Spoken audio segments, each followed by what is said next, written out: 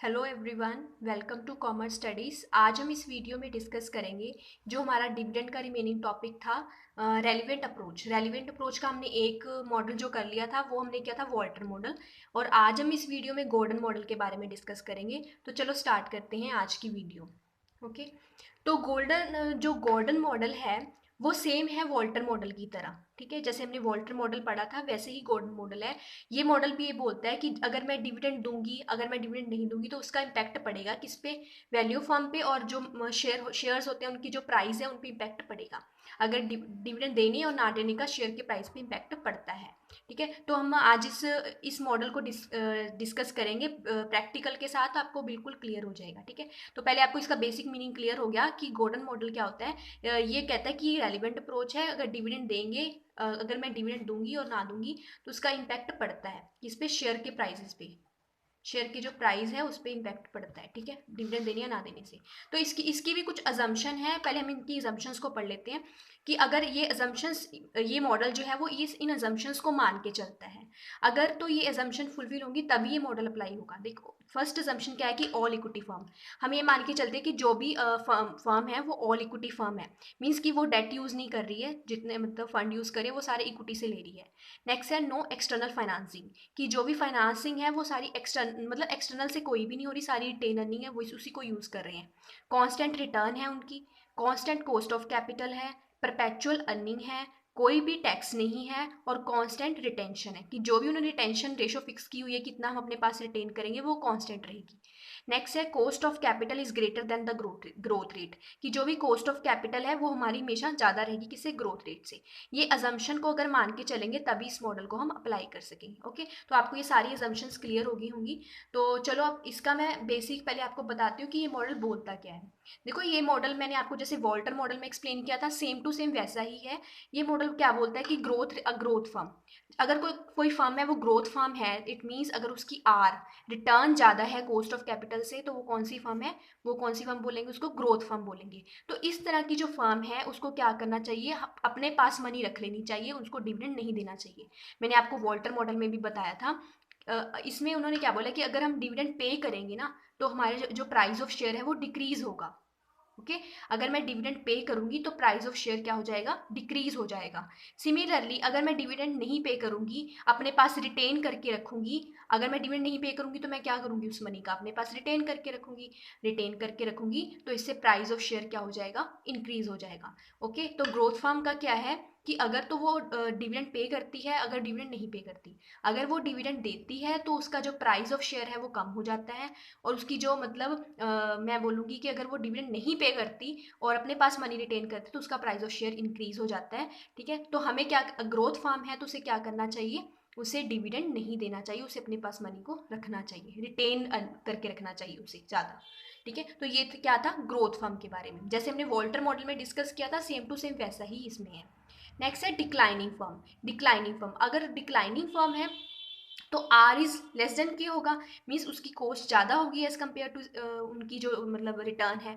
तो उस केस में उसने डिविडेंड डिसीजन क्या होगा कि अगर मैं डिविडेंड पे करूंगी, ठीक है, तो मेरा शेयर का प्राइस इंक्रीज हो जाएगा, और नहीं पे करूंगी तो डिक्रीज हो जाएगा। मतलब इस केस में हमें डिविडेंड देना चाहिए, इस केस में हमें रिटेन नहीं करना चाहिए, हमें डिविडेंड देना चाहिए। हमने पहले डिस्कस किया था कि इस केस में जो पे आउट है वो 0% होती है, इस केस में हमें पे आउट करनी चाहिए। ठीक है, इस केस में मतलब हम डिविडेंड नहीं देंगे, इस केस में हम देंगे, क्योंकि आप खुद देख रहे हो कि अगर मैं डिविडेंड पे कर रही हूँ, रिटेन कम कर रही हूँ, तो इससे मेरा प्राइस बढ़ रहा है शेयर का, तो मैं डेफिनेटली डिविडेंड दूंगी ना। आप प्रैक्टिकल करेंगे तो इससे आपको ज़्यादा क्लियर हो जाएगा। ठीक है, नेक्स्ट है नॉर्मल फर्म। अगर नॉर्मल फर्म है तो अगर पे करते हैं या नहीं पे करते, उसका जो शेयर के प्राइस पे ना कोई भी इम्पैक्ट नहीं पड़ता। अगर मैं डिविडेंड दे देती हूँ तो भी शेयर का प्राइस अगर 20 है तो वो 20 रहेगा, अगर मैं नहीं देती तो भी वो 20 का 20 ही रहेगा, मतलब उसके प्राइस पे कोई इम्पैक्ट नहीं पड़ता। ठीक है, तो हमें 3 पॉइंट्स याद रखने हैं कि अगर ग्रोथ फर्म है तो डिविडेंड देने से डिक्रीज हो जाएगा प्राइस ऑफ शेयर, नहीं दूंगी तो इंक्रीज हो जाएगा, मतलब इस केस में हमें रिटेन करना चाहिए। मैं शॉर्ट में लिख देती हूँ, यहाँ पे हमने रिटेन करना है, यहाँ पे हमें पे करना है, यहाँ पे हम अब इनडिफरेंट है, हम जो मर्जी कर सकते हैं। ठीक है, तो ये 3 सिचुएशंस थी। ठीक है, और इसका फॉर्मूला क्या है, इसका फॉर्मूला है गॉर्डन मॉडल का कि E1 - B upon K - BR। It means E means earning per share क्या है, one minus B, B means retention, कि मैं कितना अपने पास रिटेन कर रही हूँ मनी को, ठीक है। के मीन्स कॉस्ट ऑफ कैपिटल, और बी और आर, बी का मतलब होता है यहाँ पे हमने कर लिया, ठीक है, रिटेंशन, और आर का मतलब होता है यहाँ पे मैंने लिखा था रेट ऑफ रिटर्न, ठीक है, वो रेट ऑफ रिटर्न होती है, वो हम प्रैक्टिकल करेंगे तो उससे समझ आ जाएगा आपको, ठीक है। तो मैंने अभी तक आपको क्या क्या बताया कि गॉर्डन मॉडल भी सेम वॉल्टर मॉडल की तरह ही है, और एक पॉइंट रह गया कि इसको ना बर्ड इन हैंड थ्योरी भी बोलते हैं, बर्ड इन हैंड थ्योरी, ठीक है। अगर कई बार आपको पेपर में ऐसा पूछ ले कि बर्ड इन हैंड थ्योरी के बारे में एक्सप्लेन करो, तो इसको बर्ड इन हैंड थ्योरी भी बोलते हैं, ठीक है। गॉर्डन मॉडल के बारे में ये हो गया, और इसकी एजम्पशंस होगी, ये एजम्पशंस होगी, और इसके बारे में ये इसका बेसिक ये मतलब ये चीज़ ये समझाना चाहता है हमें, ये मैंने आपको बता दिया। और उसके बाद में इसको इस चीज़ को हम अभी प्रैक्टिकली करेंगे, ये फॉर्मूला लगा के मैं आपको बताती हूँ, देखो कैसे होता है। देखो हमारे पास तीन सिचुएशन है ना, हमारे पास तीन सिचुएशन है, ग्रोथ फर्म, डिक्लाइनिंग और नॉर्मल फर्म। हम तीनों फर्म्स का डिस्कस करेंगे कि कैसे शेयर का प्राइस कैलकुलेट होता है। ये प्राइस कैलकुलेट करने का हमने फॉर्मूला किया है, E one minus B cost minus B R. चलो इसको प्रैक्टिकली करते हैं। देखो मैंने इसको तीन पार्ट में डिवाइड कर लिया है, फर्स्ट है ग्रोथ फर्म, सेकंड है नॉर्मल फर्म, थर्ड है डिक्लाइनिंग फर्म। जब ग्रोथ फर्म है it means R is greater than K है, यहाँ पे मैंने आर 20% रख ली, कोस्ट जो है वो 15% रख ली, मतलब आर इज ग्रेटर देन के हो गया, ठीक है। अर्निंग यहाँ पे मैंने 4% रखी है, मतलब 4 रखी है, ठीक है, अर्निंग पर शेयर। और यहाँ पे मैंने 15%, यानी कि आर और के दोनों बराबर रखने थे ना, तो आर 15% है, के भी 15% है, दोनों बराबर हो गए, ठीक है। अर्निंग 4 ही है, सब में अर्निंग 4 ही रखी है, ठीक है। आप इसको प्रैक्टिकली पेपर में एग्जाम्पल भी इसकी दे सकते हो अगर आपको ये क्वेश्चन आता है पेपर में तो। नेक्स्ट है आर इज लेस देन की, इस सिचुएशन में मैंने आर को 10% रखा है और मैंने के को 15% रखा है, मतलब के को ज़्यादा दिखाना था ना, तो 15% रख लिया, ओके।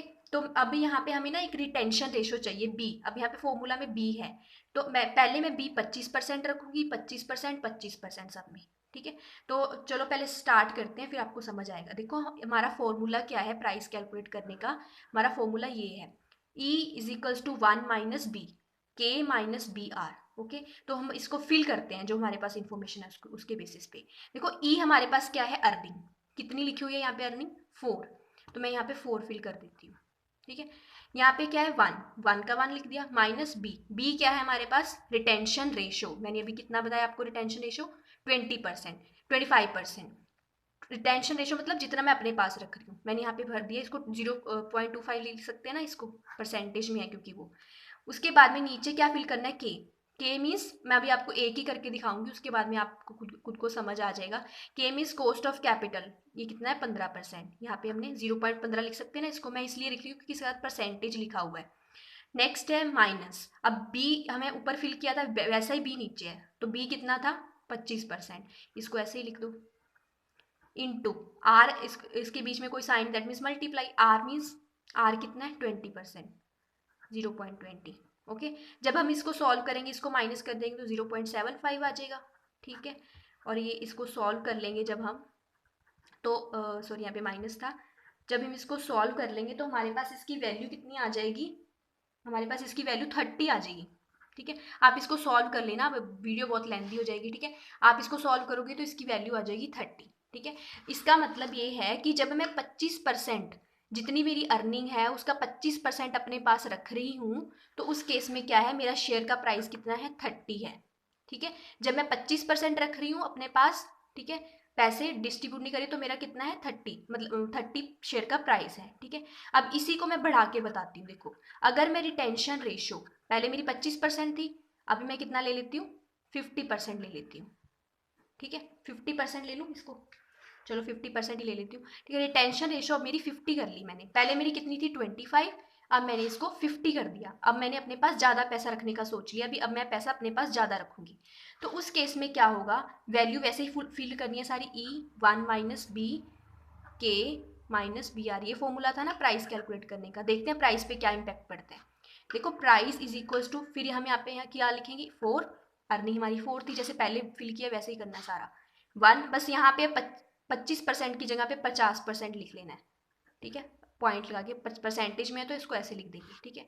के क्या था हमारे पास 0.15 था, ठीक है, माइनस 0.15 था, देखो के, ठीक है, माइनस इसके बाद हमारा जो हमारा बी था वो क्या था, अभी ऊपर फिल किया हमने यही, उसके बाद आर क्या था हमारा, जो पहले था वही आर अभी है, चेंज नहीं हुआ वो भी।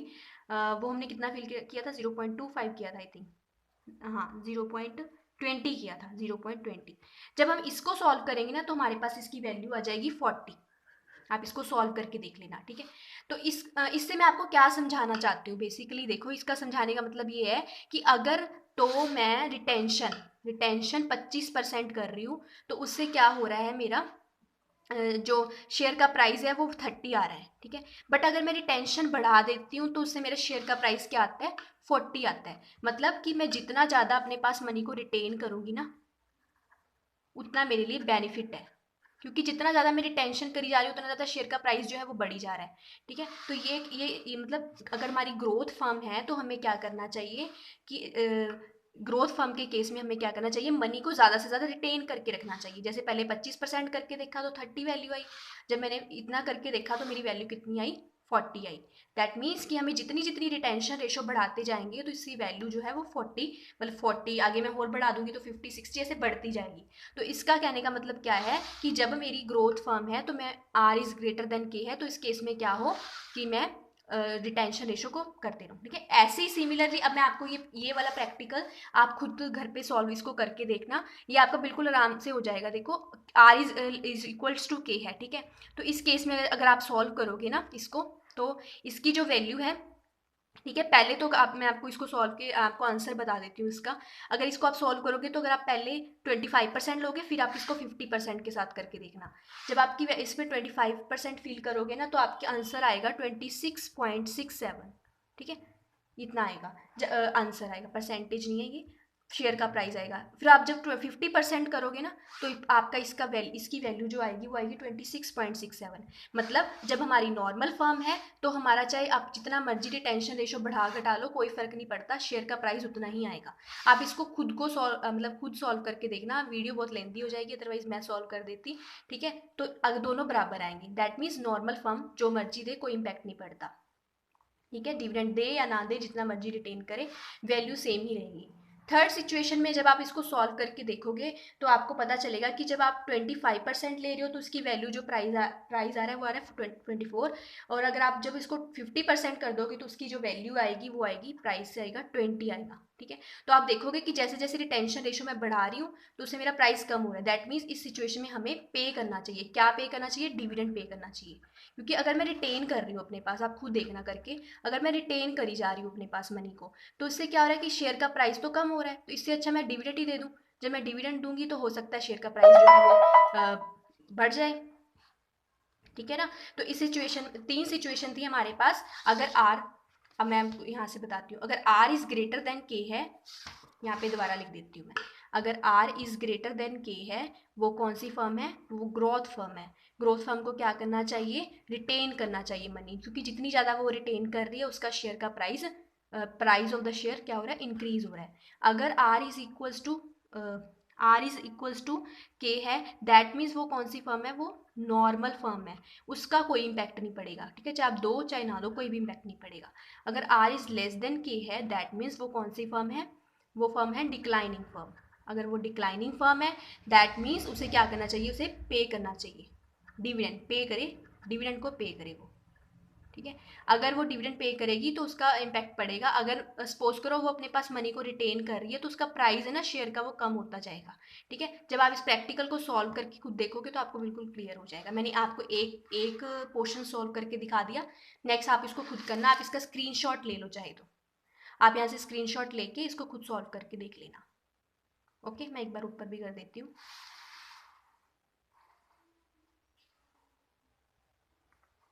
Okay, so guys I think आपको क्लियर हो गया होगा गोल्डन मॉडल। एक बार मैं इसको रिवाइज करा देती हूँ। हमने किया था गोल्डन मॉडल क्या है, इसको बर्ड इन हैंड थ्योरी भी बोलते हैं, ठीक है। ये सेम इसकी तीन सिचुएशन है जैसे वॉल्टर मॉडल के अंदर थी, ठीक है। अगर are is greater than K है, are is less than K है, आर इज इक्वल्स टू के है, ये इसका फॉर्मूला है, ठीक है।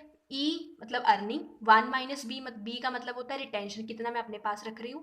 के means cost of capital, B R means B का मतलब कॉस्ट ऑफ कैपिटल, वही था ऊपर वाला रिटेंशन, आर का मतलब रेट ऑफ रिटर्न।